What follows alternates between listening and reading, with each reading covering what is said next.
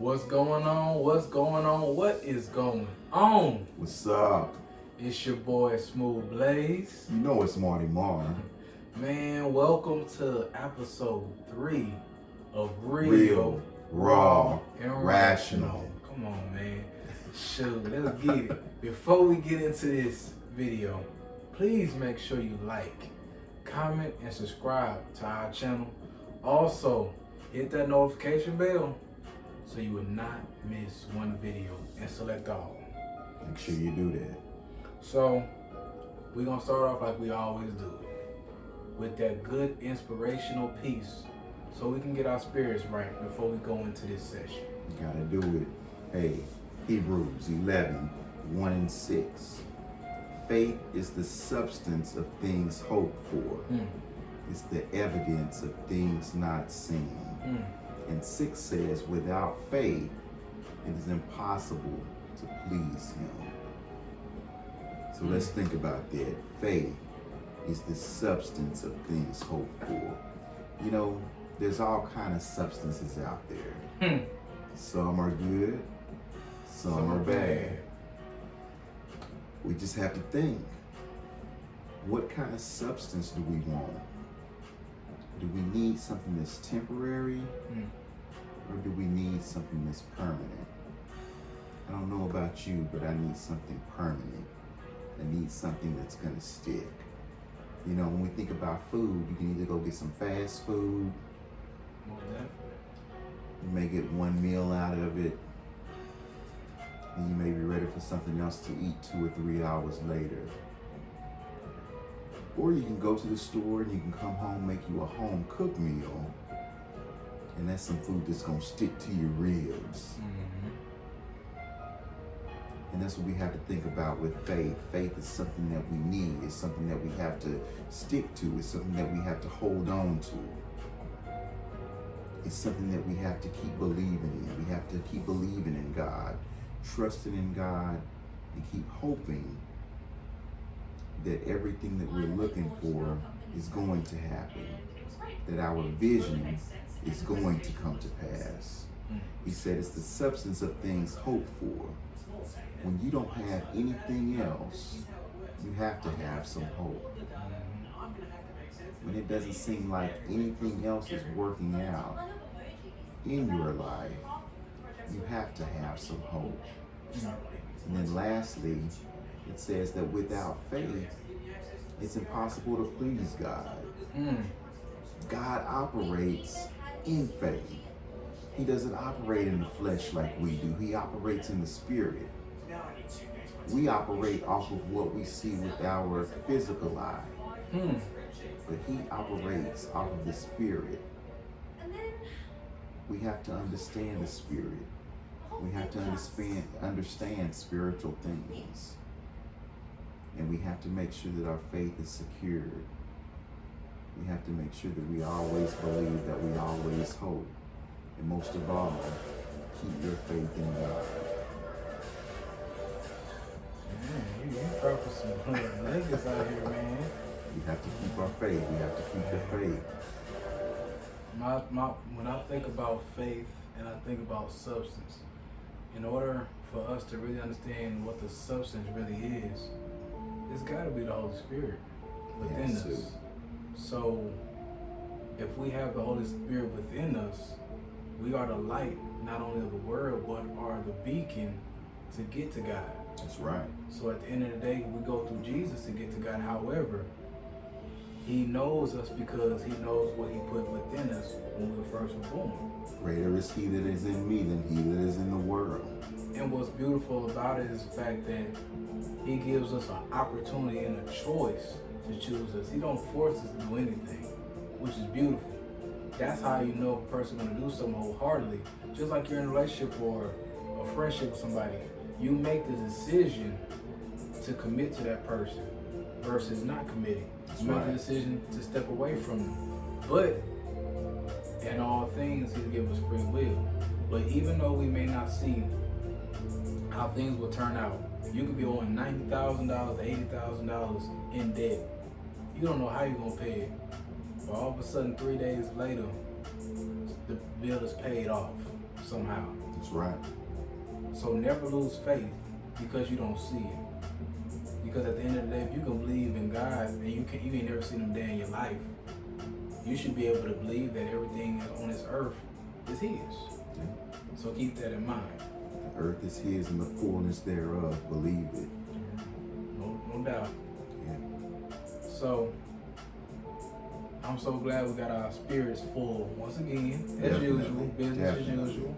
So let's talk about finances just a little bit. Yes. And I got a nice question to ask you. Yeah. And I wonder if you can really give me a good reason or a good understanding as to what this means to you. The question is, what does your credit score really mean? Ooh, great question. Great question. Now, Marty, you want to pop it off? Yeah. You know, there was a shoe store, Payless, and that commercial said, "Why pay more when you can pay less?" When your credit score is bad, you're gonna pay more. You're gonna pay for it. That's big facts.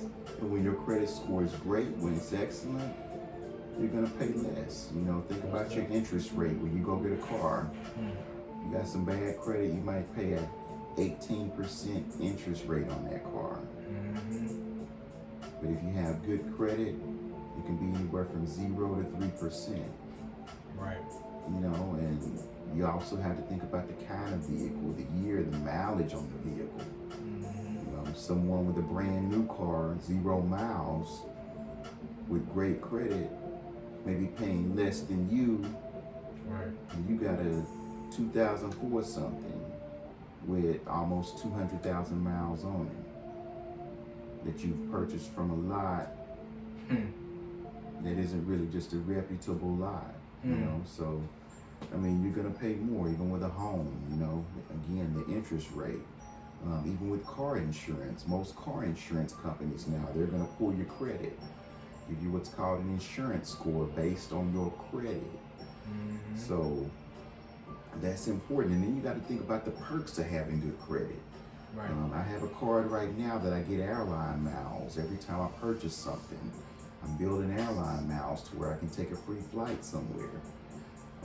Cash back rewards, you know, those things are there. So again, when you think about your credit score, you also have to think, why pay more when you can pay less?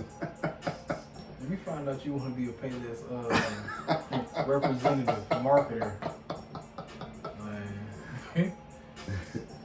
but that's a good way to look at it, Marty.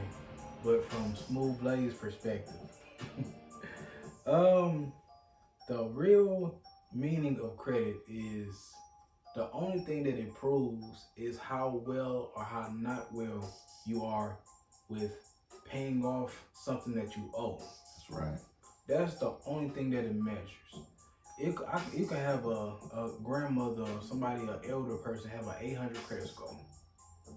She ain't making much, but she can go get her Rolls Royce. Oh yeah. And be paying all this money for it.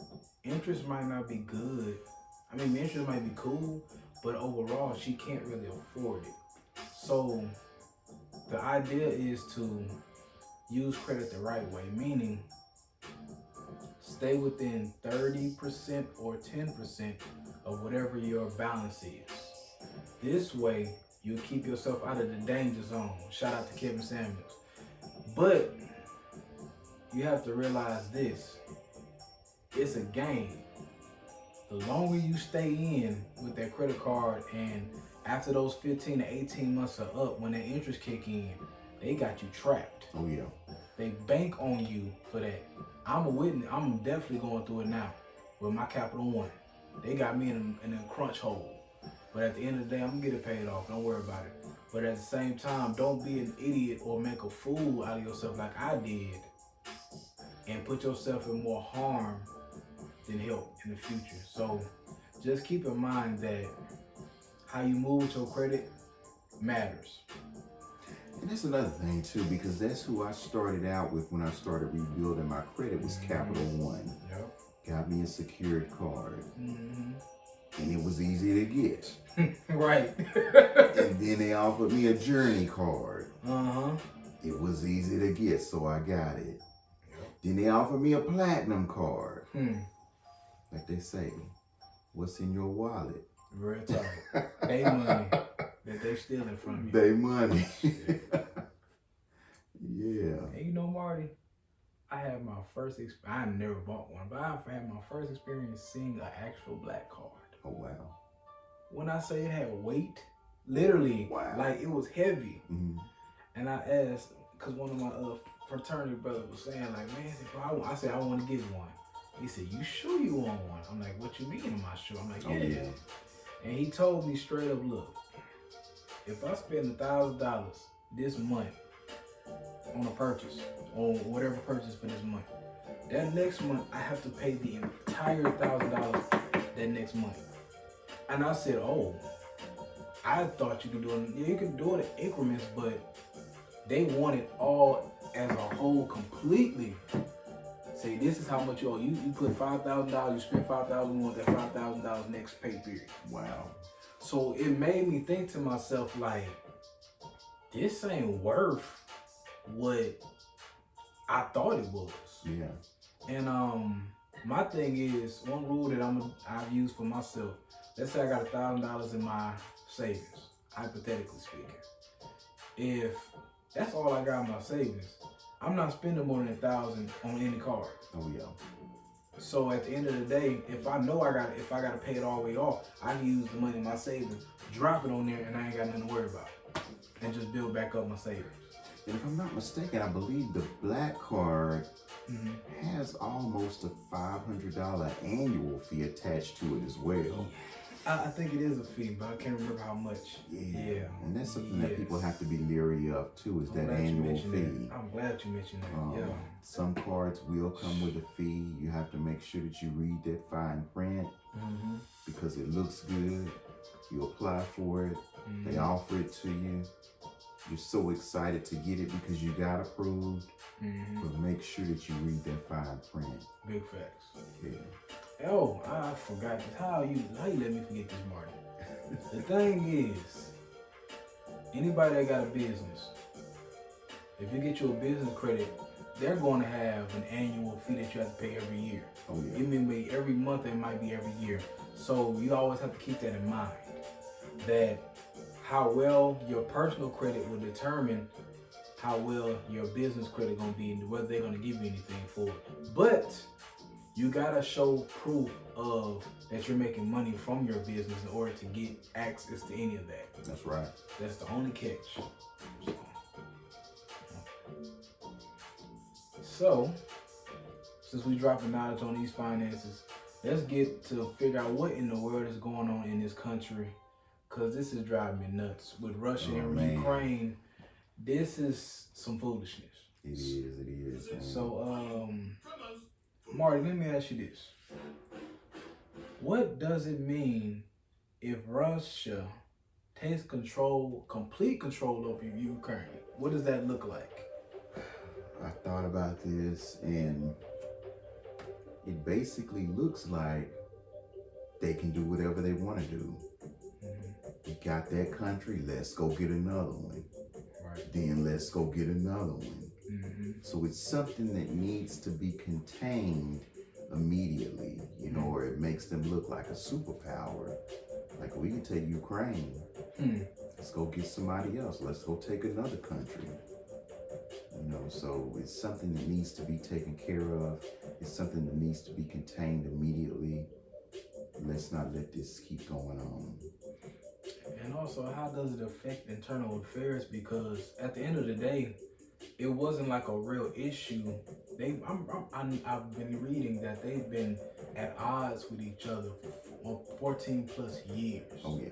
So the thing is, this is real deep. Just like the Chinese and the Japanese, they can't stand each other, but they have a long legacy of that. So when I think about that, I always look at it like this.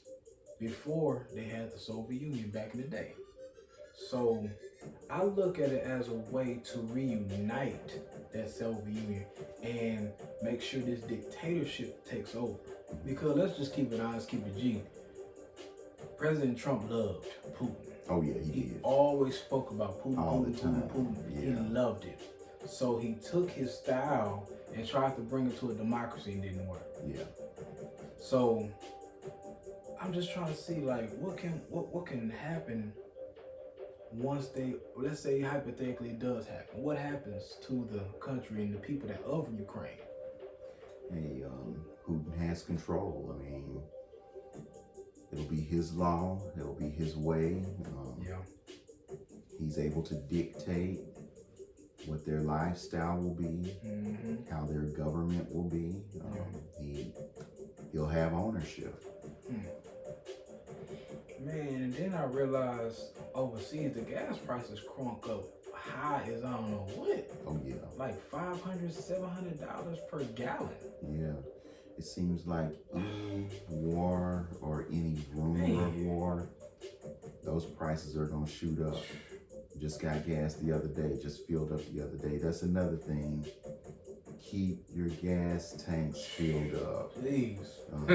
Almost Please. $4 a gallon. I believe it was $3.71 a gallon. Yes. It's ridiculous. Yeah. I'm telling you, man, but the thing is, that's one thing that I'm worried about when it comes here, because it's just really a fight about oil. Who wants to take control of the oil? That's what it is. That's just what it is. It's always been about that. That's what it is. So now, I thought about it from this. Do you really believe that this will be a World War III? Yeah, I was thinking about that too, but I thought about it at the same time with 911, you know. There were those same talks, you know. It's always these wars and rumors of wars, you know, just like the Bible says, you know. So I don't really predict it, but with this, I feel like it's very, very, very serious though. You know, it's gonna be unlike anything that we've ever seen, because now we're getting involved in this. The US is getting involved. Biden is talking about these sanctions. So Putin in his mind, he's trying to show, hey, I'm the tough guy. I'll run this, you know. You think about two guys on a schoolyard ready to get in a fight. Baddest man, put your hand on top. You know, that's what this is. Putin is saying, I'm the baddest man, and I'm about to show you. Biden is saying, hey, you're not as bad as you think you are, because I'm about to do this. So what we have to do is we just have to stay prayed up. We have to pray for our leaders. We have to pray for our nation. And not only that, like the Bible says, we also have to pray for our enemies. You know, it's all in God's hands. He's in control. Most definitely. And definitely pray for Ukraine. Oh yeah. They're going through a lot. Videos of buildings destroyed. It's just sick. When you think about those families, children, babies, you know, this is sickening, like you said. Innocent people that have done nothing. Yeah. Just because there's a power struggle between who gets what, when, and how. Yeah. It's sad. But that's just what life is in this world, unfortunately. Yeah. But since we're talking about Ukraine, since we're talking about Russia, how do you feel about the president's address that he made to the American people? Great question. And I gotta be real. Raw and rational. I gotta be raw, I gotta be rational. Come on. I watched the address and I did not feel confident. Although there's not a lot that we can do, you know, there's not a lot that we can do here in the U.S., you know. And I do feel like sometimes we try to intervene in things that we shouldn't.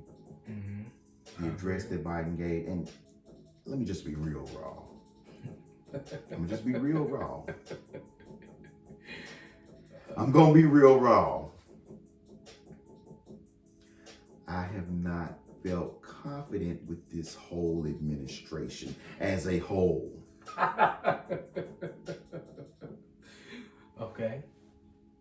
And I'm gonna tell you why. Number one is African Americans, you had my back, I'm gonna have your back. When did you have our back? What have you done for us? Yeah. This whole administration, student loans. Reneging on that. Running from that. What have you done? He definitely running from that one. No, I didn't go to ITT college. I know they got their stuff. I know they got their loans forgiven. Little Romeo. I didn't go to the Pride.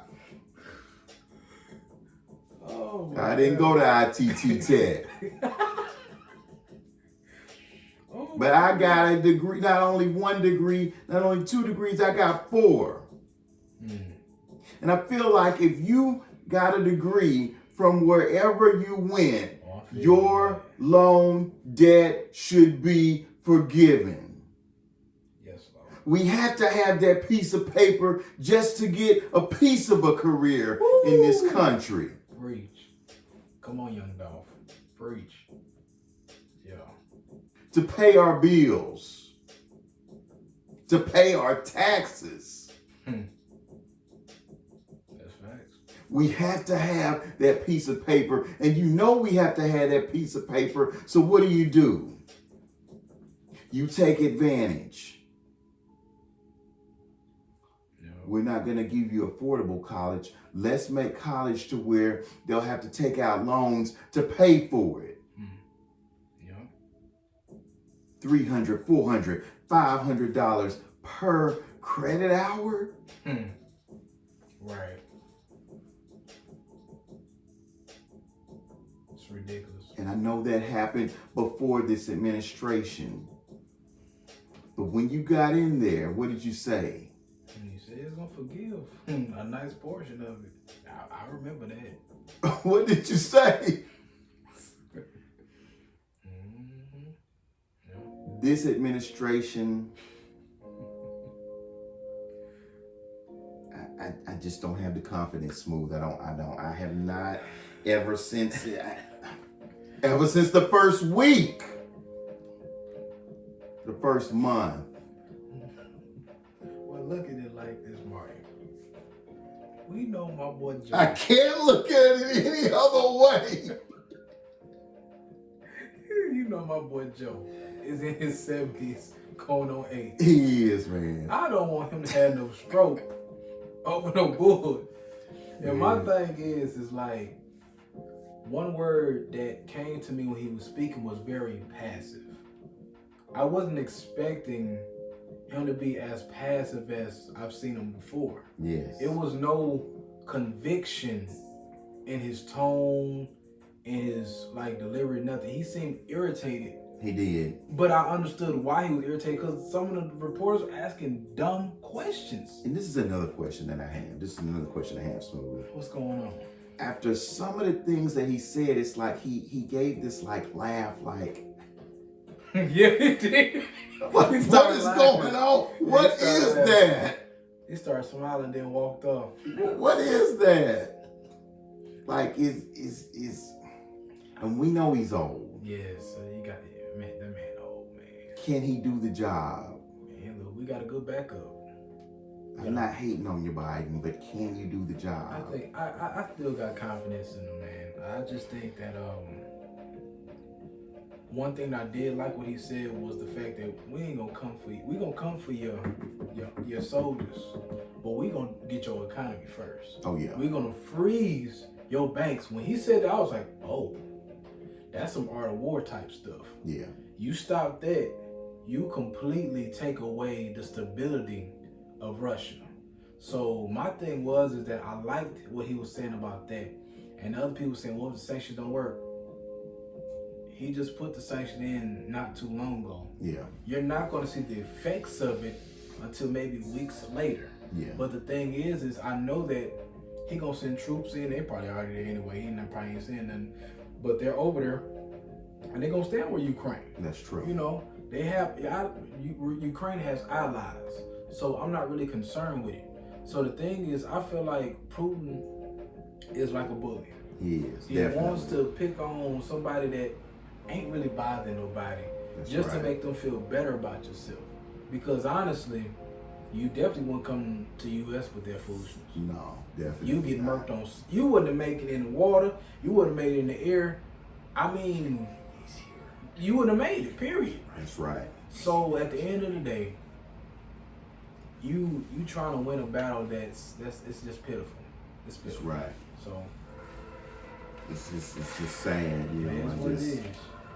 This administration as a whole, man.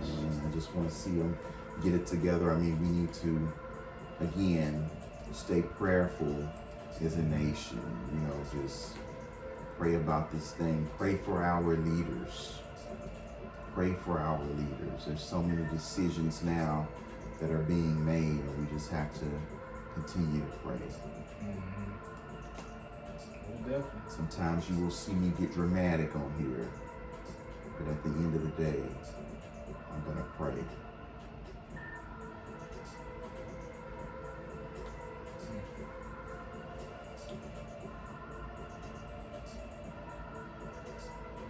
So what we're gonna do now is move toward a little bit of this NBA talk. We gotta talk about these NBA games. It's essential to that. Yeah. So, which teams have the best odds of winning the chip? What do you think? Well, I'm looking at GSW, Golden State, Okay. Golden Steph. That's my team right there. Not my team, You sure? but that's gonna be the team to win it. I'm seeing them out of the West, and I'm seeing Brooklyn Okay. out of the East. Okay. KD, Kyrie, Nets, Okay. Warriors, NBA Finals, Okay. June 2022. But my question is, don't put the elephant out in the room. The Bucks just won last year. They did. So, is there a reason why they ain't in your selection for winning the chip again? Man, I don't even know where the Bucks are. In Milwaukee. I know they're in Milwaukee, but I ain't heard much from the Bucks this year. They got a good, they like a 4th or 5th seed. Man, I just feel this chemistry in Brooklyn. They don't got no chemistry. I know they're. I know it doesn't look good for them right now. But I'm feeling a Golden State and a Brooklyn Nets matchup. Okay. Before we saw KD with Golden State. Now we'll see him rival against the team that he once won an MVP, a Finals MVP with. Okay. I can believe I'm that. feeling that storyline. I don't know why. I don't want to go to Vegas with it right now. No, we ain't doing that. Vegas always win. Won't go on Barstool, Betting, Caesars, whatever, the Caesar. What is he on the commercial? The Caesar. I won't go to that with it. But I'm feeling that matchup. Okay. Now, who are you seeing, Smooth? For me, Golden State gonna be number 1. Honestly, number 2 as far as next in line, I can see winning it all. I would say Brooklyn is just they just I don't know. It's just their chemistry not right, but I can see it flowing smooth eventually when they get to the playoffs. But right now it's gonna be between Golden State, Phoenix Suns. Oh yeah, Phoenix. Phoenix is foolish. Phoenix, man. Phoenix went there last year. They didn't win it, but they went there. I would say 76ers, but they let go of so much of their talent as far as that bench. I don't trust them. So I'm gonna go that. I was surprised you. I'll pick the Bucks because they picked up Serge Ibaka.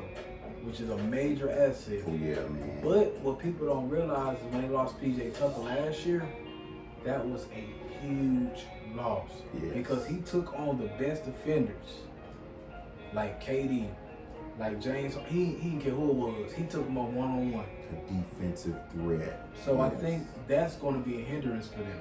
Oh, yeah. So I'm just going to say, finals picture, it's going to be Golden State. Oh, God, the East is...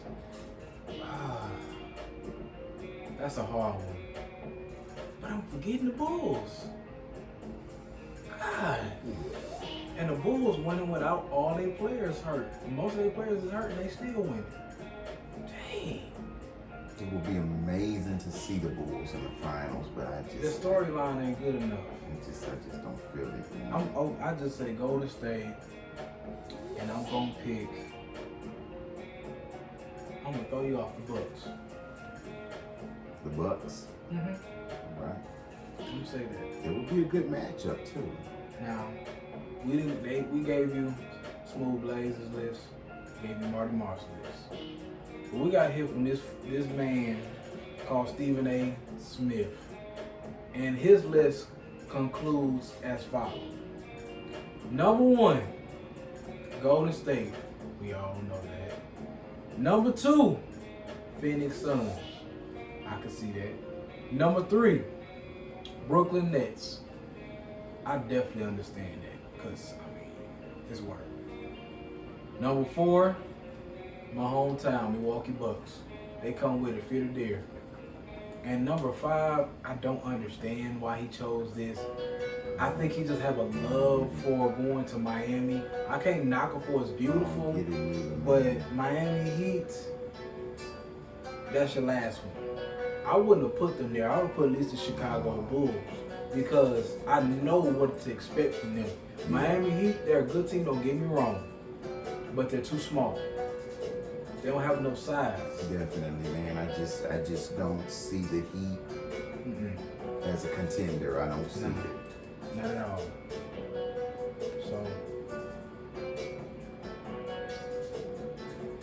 So as we discussed and we made our decision on what we want to do as far as these odds of who's gonna win the chip in the NBA Finals, we got Stephen A's point. You got our point of view. But now, a story that I really don't care to talk about, but has to be talked about, and he needs some prayer for this. Now, don't be shocked when I read this foolishness. Dallas Cowboys trade Ezekiel Elliott, question mark, $17 million question. Does it make sense? This is just a rumor. There's nothing confirmed. But would it make sense for the Dallas Cowboys to trade Ezekiel Elliott? Man, How do you feel? I'm kind of borderline on this, man. When Zeke came in, he was a monster. Of course. A monster. Of course. But I truly feel like a lot of his issue is due to play calling. Play call. And I'm going to say that because sitting at home, watching the Cowboys game, every 1st and 10, they run the ball. Now, if I know at home what they're going to do, The first 2 plays is run. I'm sitting on the couch at home and I know what they're going to do. I know the team that has been watching their tape all week long knows what's going to happen. I think a lot of it's play calling. Marty, you getting a little emotional over here, man. It's okay. The season ain't in. It's just frustrating. It's frustrating because we need better plays. We need a better playbook. I mean, I know we're not talking about Dak. We're not talking about Dak. But I even feel like a lot of his issues are due to play calling. I don't even want to talk about the last play of their season. I'm not even going to go back there. Let's go back to Zeke. Let's go back to Zeke. Let's keep it with Zeke. I ain't never gonna forget that. Let's keep it with Zeke. He picked up the ball. I was like, what are you doing? He get a ball to the ref. Oh God, that was funny. It was like on Talladega Nights when Ricky Bobby said, what do I do with my hands? In the words. What do I do with my hands? It's like he just picked up the... I don't even want to talk about it. In the words of Stephen A. Smith, what can go wrong will go wrong in every way, form, or fashion. And I was crying, laughing. I'm like, what are they doing? Give the ball to the ref. And you got mad at the ref because he wasn't running fast enough. First of all, them refs ain't running fast for nobody. They're not. But what blew my mind is, see, you looking at it wrong. Getting rid of Zeke ain't the problem. He's not the problem. There's one person that's the problem. He got a radio show. He got to talk at every press conference. And he don't even want to let the coaches do their job. JJ. My thing is, Jerry Jones, you caused your whole team a demise. You know what's crazy? What's that? He the Westbrook of the Cowboys. Oh, man. Wow. But you can't get rid of him. Because he's the owner. He's the owner. To death do his part, literally. So, Jerry Jones, until you put your pride aside and let somebody else actually run the team and coach and do it right, they gonna always suck. Man, And you runs, and my thing is the play call is terrible. Terrible. How you gonna run it down the middle the same time over and over? No counters, no nothing. They know what's going to happen. The other team already knows what's going to happen. That's some foolishness. I know what's going to happen, and I'm sitting on my couch at home. But Jerry Jones, I appreciate it because you make my Saints look lovely. Enjoy. I don't enjoy these hot L's. Come on, y'all. Let's do something. Let's do something, Cowboys. They are taking L's. Getting good records and getting whooped in the first round. They are doing their job. It's ridiculous. It's ridiculous. We gotta move on from this because I'm getting emotional over here, man. How about them Cowboys? Oh, man. Then shoot, the Cowgirls do more things than y'all do. They win more champions. They win competitions, all types of stuff. Oh wow. That's crazy, man. It's crazy. You know, but it is what it is. It is, man. Let's get into something that's more uplifting and beautiful. Please. We're going to get to Mr. so-called Yeezus. But Kanye West documentary. Now, I watched the first episode. I mean, it was hour long, beautiful. The love that the love that you have for you and your mother, y'all had, rest in peace to your mom. But the thing is, it's beautiful. Like, I see where you got your brains, you got your confidence, you got your drive, your passion, because your mom had everything with that. It was beautiful.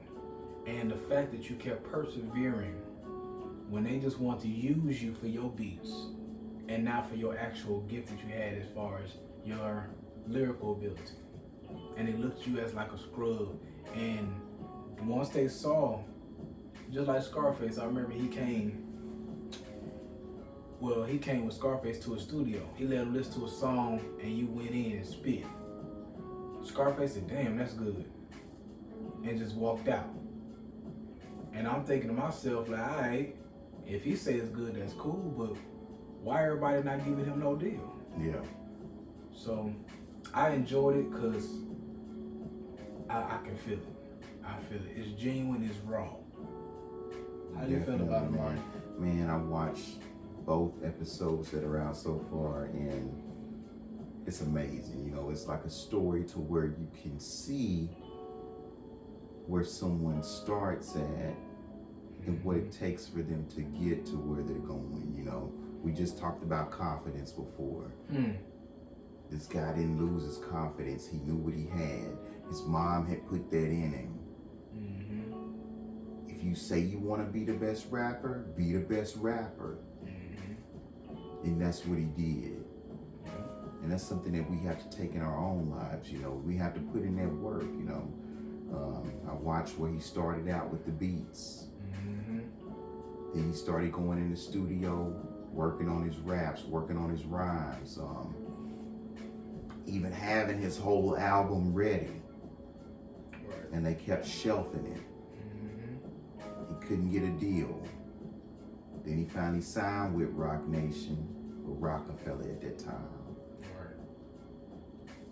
And after he got in an accident, they shelved the record. They wouldn't put it out. He had to put his own money into his first music video, spend his own money, you know. We have to invest in ourselves. Before anyone else is going to invest in us, sometimes we have to invest in ourselves and make it happen. Most definitely. Yeah. Very inspiring documentary. Yeah. I'm going to peek that second episode out probably tonight. Check it out, man. It's amazing. So, I know it's going to bless. Definitely. But, you know, shout out to Kanye. I pray that you get your mental back together, because I miss the old Kanye. The old Kanye was deep. You know, I just pray that you get the mental health that you need, get all the things that you need so you can be the best version of yourself and get yourself together. For sure. Much love, Kanye. Hey, you're welcome on the show anytime, Kanye. Come through, brother. Yeah. Now, we getting to the point of NCAA. My boy Juwan Howard, a decision has been made. You got your job, you keep your job, praise God. However, 5-game suspension plus a $40,000 fine. Honestly, was this fair or should have been reduced? And I thought it was fair, you know. I really thought it was fair because someone else that wasn't really involved, which was the assistant coach. Most definitely. He took that lick. Oh, he took that lick. He took that lick, man. Yeah. And so, to me, you still got your job. I mean, you're already up in the millions. Drop that $40,000. Chill at home for those 5 games. Get back in there and keep doing what you're doing with your head on straight. Yep. You're ready for March Madness. I felt like it was fair, man. What you think, Smooth?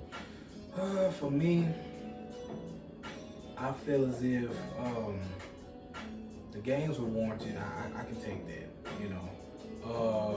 $40,000, cool. I don't know about the $40,000. I could take the 5-game suspension with a lower penalty as far as the fine, because I mean, he could have punched him in the face. He slapped him. You know what I'm saying? But even though it's still wrong, I think that's the only thing that should be reduced. I think the penalty was fair though, because at the end of the day, you can't have grown men slapping other grown men in front of young men and teaching them how to do certain things, because your character matters. It's deeper than just the game. Like, you setting a standard for them. And I respected the fact that Juwan Howard went back and he apologized. And said, you know, I was wrong for what I did. And I'm pretty sure that he talked with his players and said, look, you know, I messed up, y'all. I shouldn't have done that. So the thing is that they respect him for that, and the college respect him for that, because he's alumni. So at the end of the day, I'm glad everything's resolved. I'm glad you're getting your job, but just be careful and keep your hands to yourself, Juwan Howard. I know it's frustrating, but you gotta play smart. You gotta win wars, not battles. That's right. So, speaking of keeping your head on straight, I have a question for not only you, but for us. Should we treat our mental health side and value it the same amount as we deal with our faith? Ooh, deep question. And I feel like the answer is yes, because number one, you have to have your mental health intact in order to have faith. Right. Because there's some things that happen in life sometimes that have us all over the place. Mm-hmm. We're thinking all over the place. We're so distraught. And because of that, we lose our faith. We forget about our faith. Mm-hmm. We're calling everybody else but God. Mm. And that causes us sometimes to make even worse decisions. Right. And then when it comes to faith standpoint, there's a scripture, when we think about the prodigal son, when he left home, spent everything that he had, he was at his lowest point. Mm-hmm. The Bible says, and when he came to himself, Yes, sir. and that's something that we have to do. Sometimes we don't even think about faith. We don't even think about God until we come to ourselves. Sometimes we at our lowest point are close to it. We thinking about everything but God, but then it comes to that realization moment that we say, you know what? Let me call on God. Mm-hmm.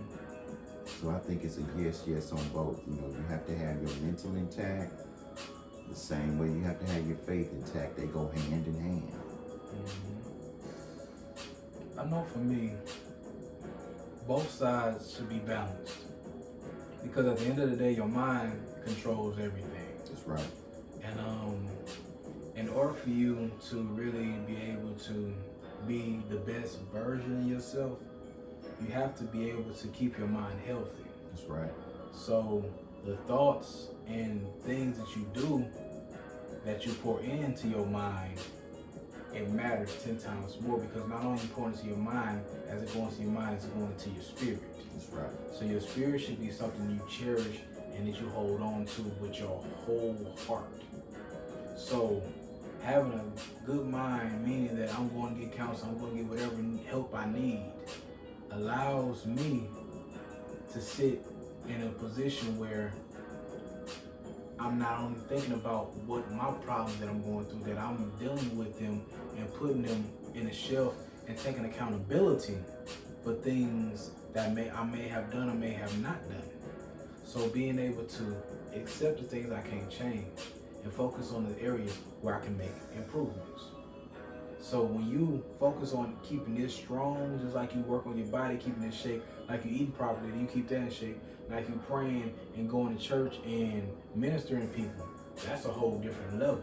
But if this is not right, the rest of this is gonna crash. That's right. So we have to value our faith and we have to value our mental health to its top capacity. Because if my mind ain't right, there's no way I can give you what I need to give you. So right. Marinate on that though. That's true. Because if I'm not thinking, I'm not even thinking about faith. Right. I'm not even thinking about food. I'm not even thinking about anything, So you have to have your mind right. Get your mind right. An idle mind is the devil's playground. That's right. Just be careful. But away from all the mental health and serious things, I would like to say, one, thank you for paying attention to our video, checking out episode 3. We enjoy doing this all the time. We Much drop knowledge. appreciated. Much appreciated. We're not doing it just for us. We're doing this for you. If we can help anybody, that's what we're trying to do. Yeah. But before we leave, please make sure you like, comment, and subscribe to our page. Also, select on that notification bell, and please share this with anybody that really, really needs this. If you need laughter, if you need real, if you need help with your finances, all these things. We're not 100% professionals, but we use our personal experiences to explain things so we can break it down in simple terms. Hey, we got it all right here. All in one special. Hey. And hit us up with any suggestions. Most definitely. We open to that criticism. We love y'all. It's your boy Smooth Blaze. It's Marty Moore. And we are signing out.